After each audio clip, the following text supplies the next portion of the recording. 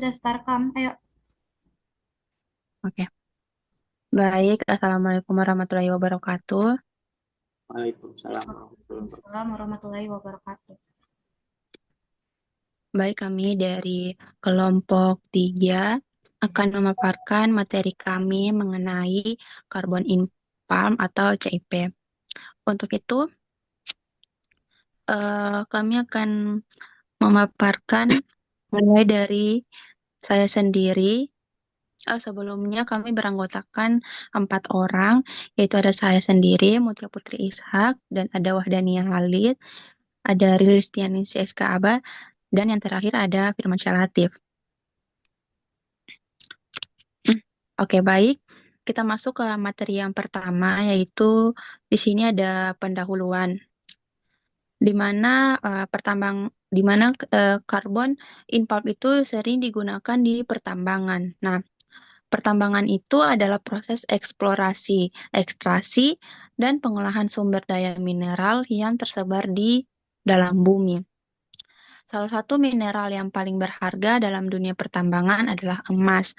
Nah, penambangan emas tidak hanya bergantung pada eksplorasi dan ekstraksi, tetapi juga pada proses pemulihan emas dari bijinya yang disebut dengan gold recovery.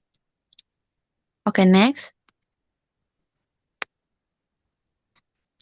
Nah, di sini kan ada apa tujuan gold recovery. Nah, saya akan menjelaskan tujuan dari recovery itu apa. Proses recovery emas bertujuan untuk memisahkan emas dari mineral lainnya yang terkandung dalam biji. Beberapa teknik umum dalam pemulihan emas antara lain heap leaching yang melibatkan pelindihan biji emas menggunakan larutan cyanida serta proses Merrill-Crowe di mana emas dipresipitasi menggunakan serbuk seng. Selain itu, electrowinning menggunakan arus listrik untuk mengendapkan emas dari larutan. Salah satu metode recovery emas yang paling efisien adalah carbon in pulp yang masuk dalam pembahasan kelompok kami pada malam hari ini.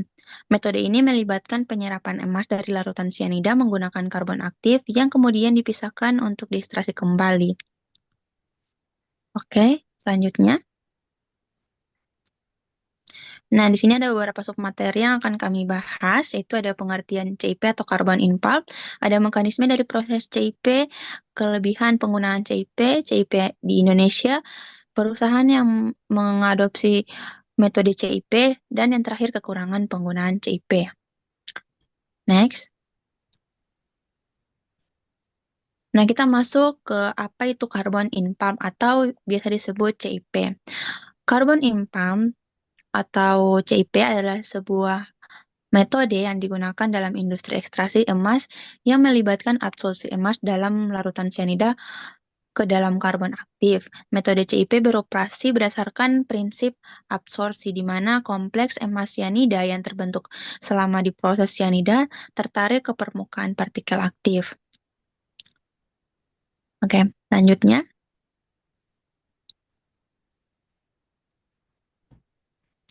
Nah, kita masuk ke mekanisme dan proses CIP. Mekanisme dan proses CIP itu tersusun atas beberapa tahap, yaitu ada yang pertama penghancuran crushing dan penggilingan grinding biji, pengentalan atau yang biasa disebut thickening, terus pelindian dan absorpsi emas oleh karbon aktif, elusi, electrowinning, serta regenerasi karbon. Lanjut. Nah, proses yang pertama itu saya jelaskan sedikit, yaitu crushing and grinding biji, di mana em, tahap ini bertujuan untuk memperkecil ukuran biji sehingga meningkatkan luas permukaan kotak dengan larutan cyanida yang sangat penting dalam proses pelindian. Eh, Proses ini juga menggunakan alat seperti jaw crusher, cone crusher, ball mill, semi autogenous grinding, dan mill. Ukuran partikelnya itu optimal 75 sampai 100 mikron. Oke, selanjutnya.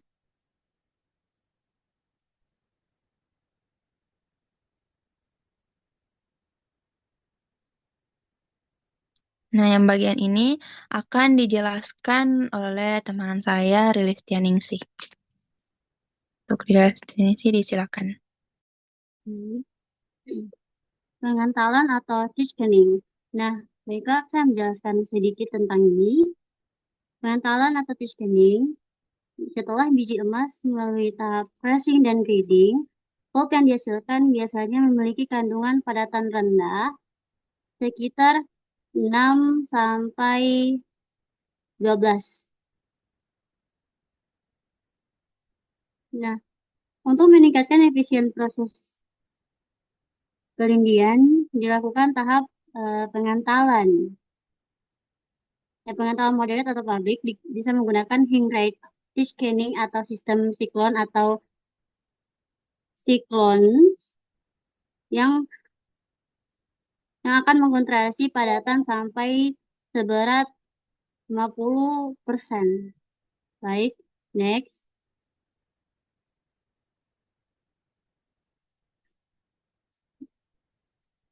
Nah, pelindian atau leaching emas ini, pelindian merupakan tahap inti dalam metode carbon in pulp, di mana emas diekstraksi dari biji dengan bantuan agen kompleks seperti ion seperti larutan cyanida. Nah, cyanida bereaksi dengan emas membentuk kompleks larut dan dilakukan dalam tangki berpengaduk dengan penambahan oksigen untuk mempercepat reaksi.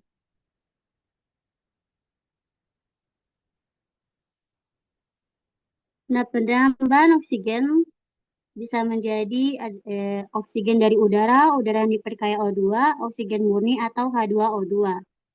Nah, adapun pendukung seperti pH, pH dijaga 9,5 sampai 11 untuk mencegah gas HCN.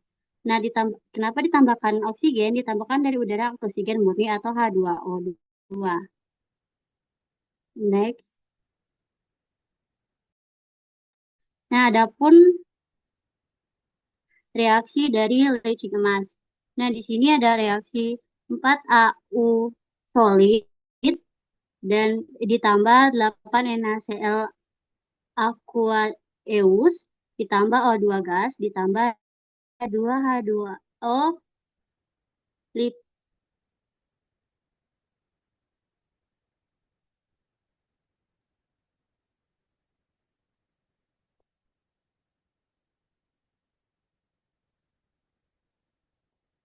liquid menjadi 4 NaAuCN2 aqueous ditambah 4 NaOH aqueous. Next.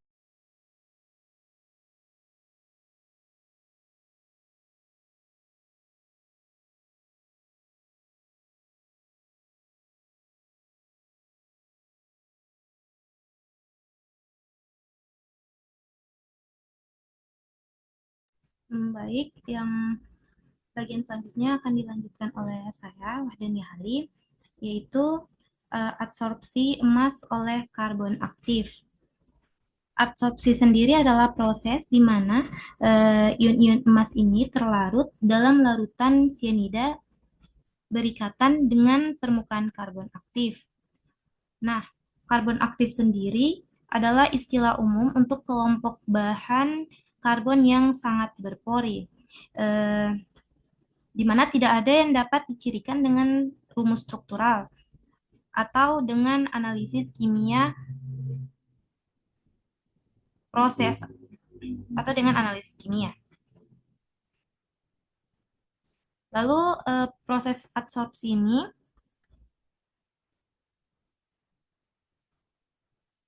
diperkenalkan pada operasi skala besar itu pada awal tahun 1970-an. Di mana prosesnya itu mula-mula melalui tahapan press screening, yaitu adalah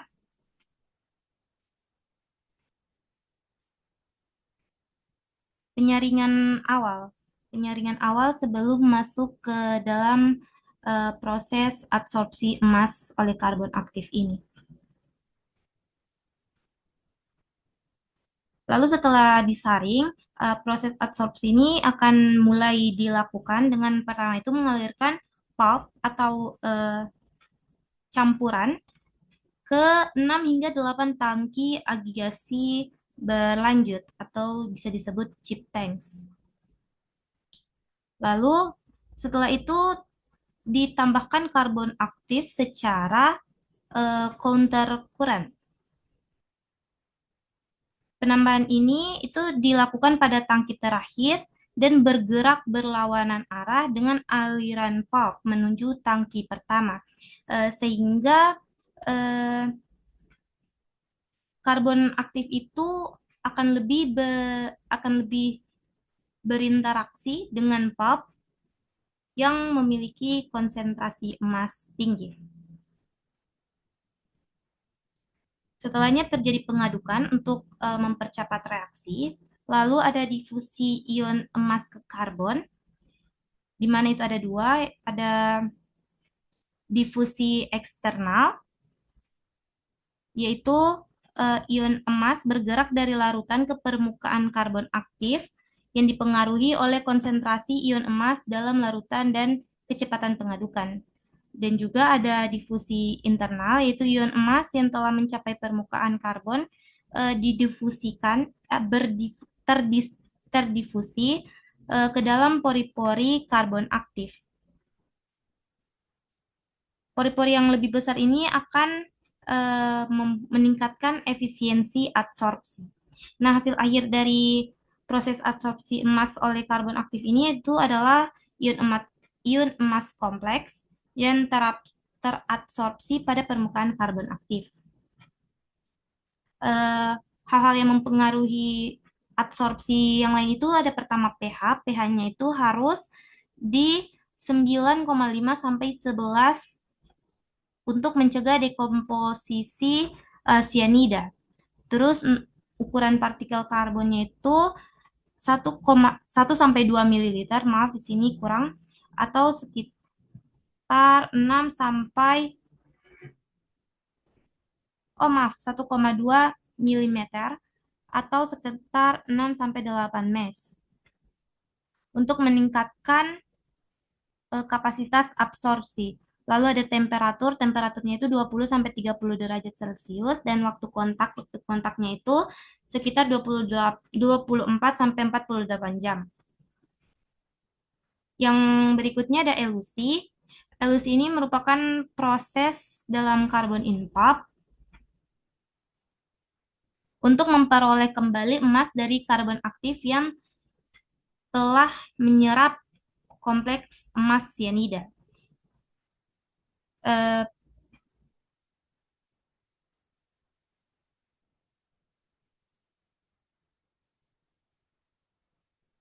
Proses pertama itu ada screening lagi. Screening ini untuk menyaring partikel karbon dari bubur. Jadi partikel-partikel karbon yang besar itu akan tertahan. Lalu ada pemilihan eluen. Nah, pemilihan eluen untuk proses elusi emas dari karbon dalam metode ini itu untuk bertujuan melepas emas yang terabsorpsi pada karbon aktif. Pemilihan ini juga bergantung pada efisien elusi. Lalu ada hasil akhir dari si elusi ini adalah kompleks emas sianida dari permukaan karbon yang dilarutkan kembali ke dalam eluen. Kira-kira seperti ini persamaan reaksinya. Lalu terdapat beberapa macam teknik dalam proses elusi, yaitu ada Zadra proses dan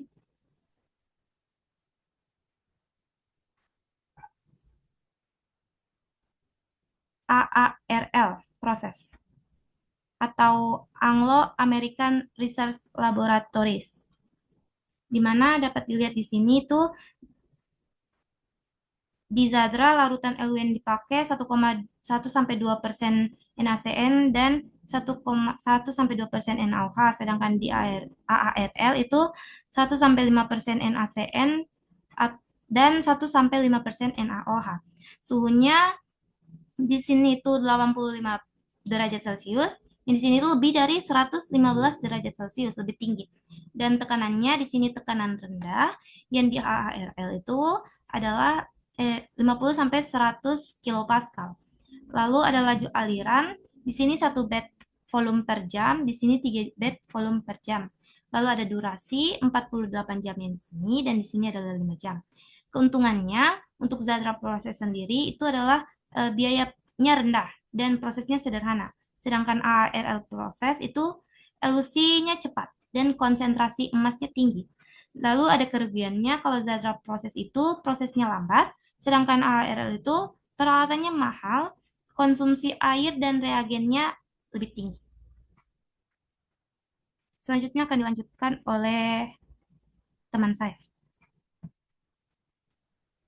Terima kasih, Wadania. Kemudian kita lanjut ke electrowinning.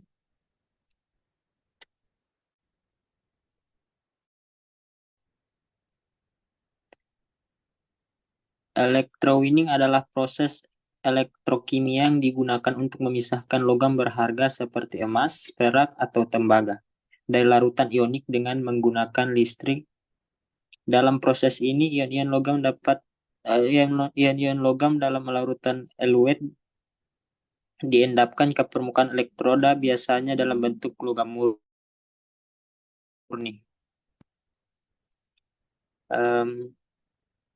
Electrowinning bekerja berdasarkan prinsip elektrolisis di mana listrik dialirkan oleh larutan elektrolit yang mengandung ion logam untuk menginduksi reaksi reduksi pada katoda atau elektroda negatif. Reaksi yang terjadi selama electrowinning emas adalah AU CN2- tambah min lebih besar AU dalam kurung S tambah 2CN min. Kemudian komponen utama dalam proses electrowinning itu ada elektroda. Yang pertama ada elektroda. Di dalam elektroda itu ada katoda yang terbuat dari wol baja atau stit wol atau bahan konduktif lainnya yang menjadi tempat pengendapan logam. Yang kedua itu ada anoda, terbuat dari stainless steel atau bahan lain yang tahan korosi. Yang kedua itu ada sel electrowinning. Sel ini bisa berbentuk silinder seperti dalam Zadra cell atau persegi panjang seperti dalam Mintek cell. Sel dirancang agar larutan eluet mengalir melewati elektroda secara efisien. Yang ketiga, sumber daya listrik. Tegangan rendah biasanya 3-12 volt dan arus tinggi diperlukan untuk mendorong proses elektrolisis secara efisien.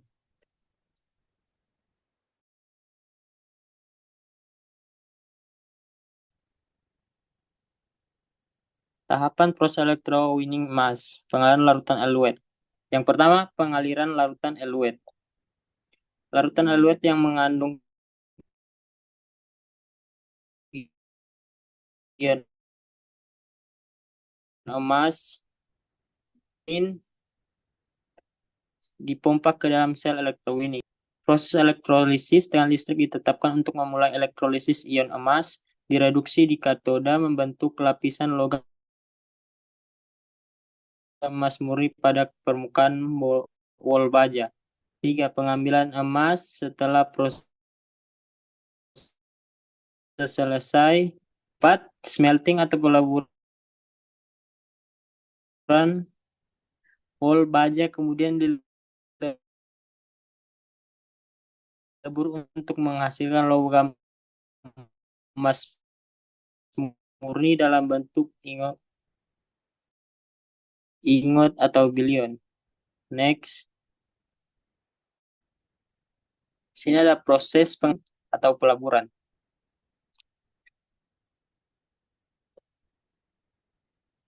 Next.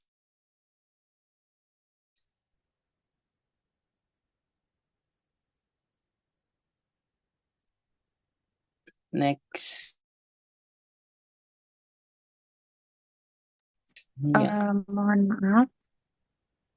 Sekarang sudah Next. di Bagian akhir. materi diagram alir proses karbon impulp yang akan dijelaskan oleh Wahdani. Baik, terima kasih.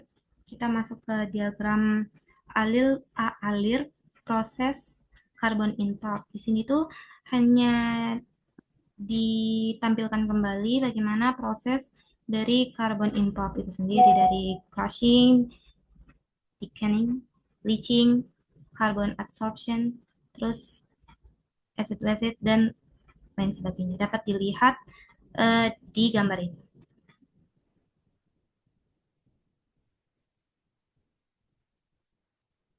Lalu ada keunggulan chip, yaitu yang pertama tingkat pemulihan emas yang tinggi, hingga hampir lebih dari 90%. Yang kedua itu proses fleksibel dan mudah dioperasikan. Jadi chip ini fleksibel dan juga mudah dioperasikan. Yang ketiga itu mampu mengolah berbagai jenis biji emas. Jadi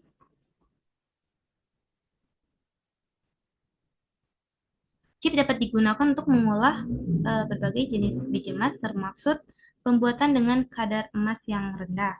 Terus yang keempat itu mengurangi limbah melalui regenerasi karbon aktif.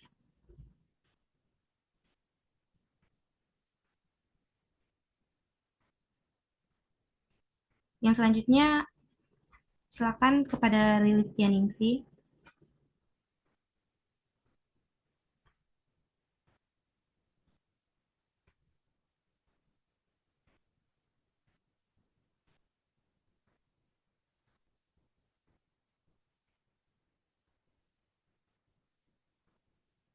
Kepada Lilis Tianingsih dipersilahkan. Baik, terima kasih. Chip di Indonesia, penerapan metode carbon impulp atau chip di Indonesia dalam industri tambang emas tidak secara eksplisit diungkapkan oleh banyak perusahaan besar.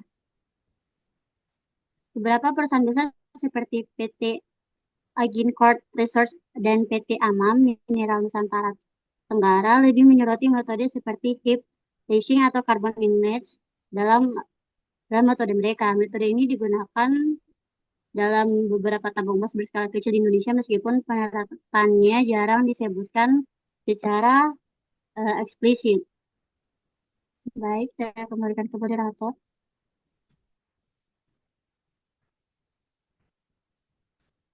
Maaf, next.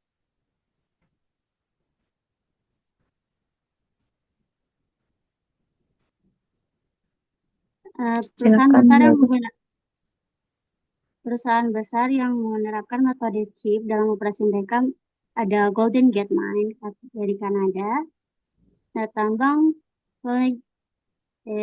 dengan cadangan 1 juta ton biji emas dan pemulihan 96,2% emas menggunakan chip dan konstrator gravitasi.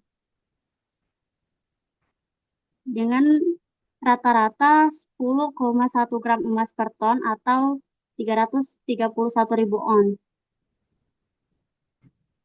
Pabrik Golden Gate menggunakan metode pemrosesan chip standar memiliki kapasitas 3.000 ton per hari, tetapi saat ini beroperasi pada 50% dari kapasitasnya. Adapun Harmony Gold Afrika Selatan. Perusahaan besar yang menggunakan kombinasi cyanide leach dan chip untuk pemulihan emas dari biji oksidasi tinggi. Harmony Gold tersebar di beberapa lokasi dengan proyek-proyek penting seperti di wilayah Free State dan Krapin, di mana chip merupakan komponen penting dari proses pemulihan. Baik, selanjutnya saya serahkan kepada moderator.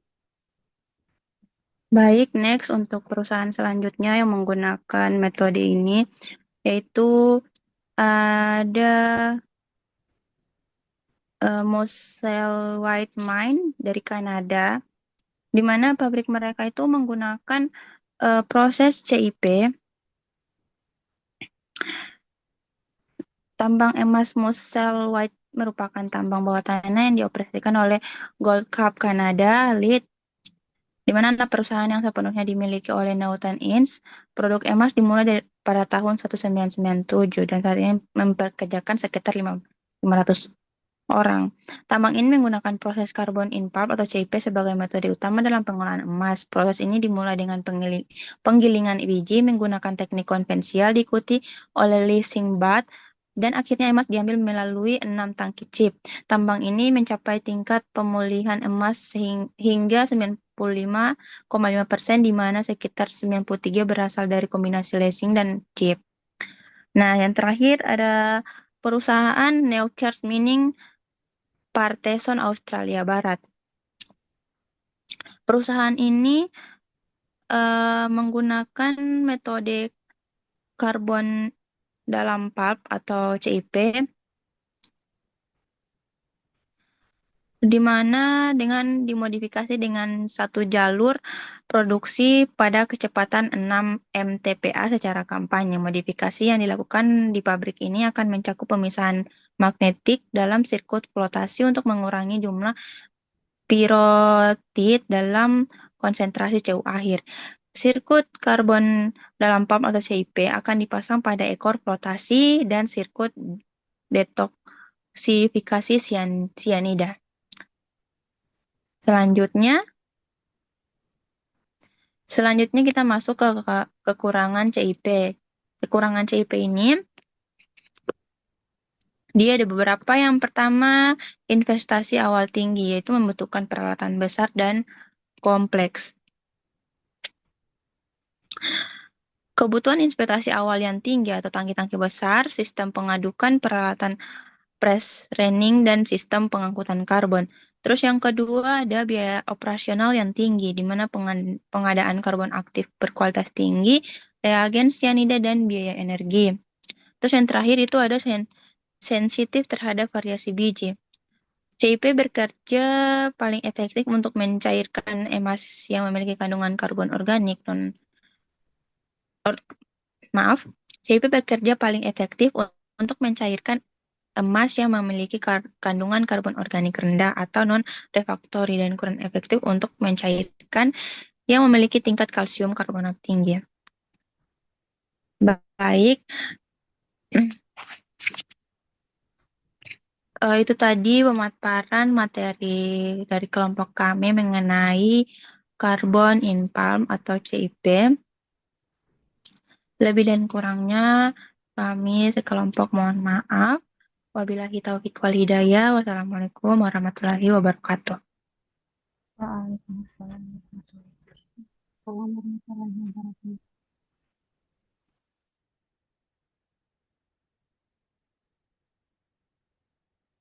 Sudah?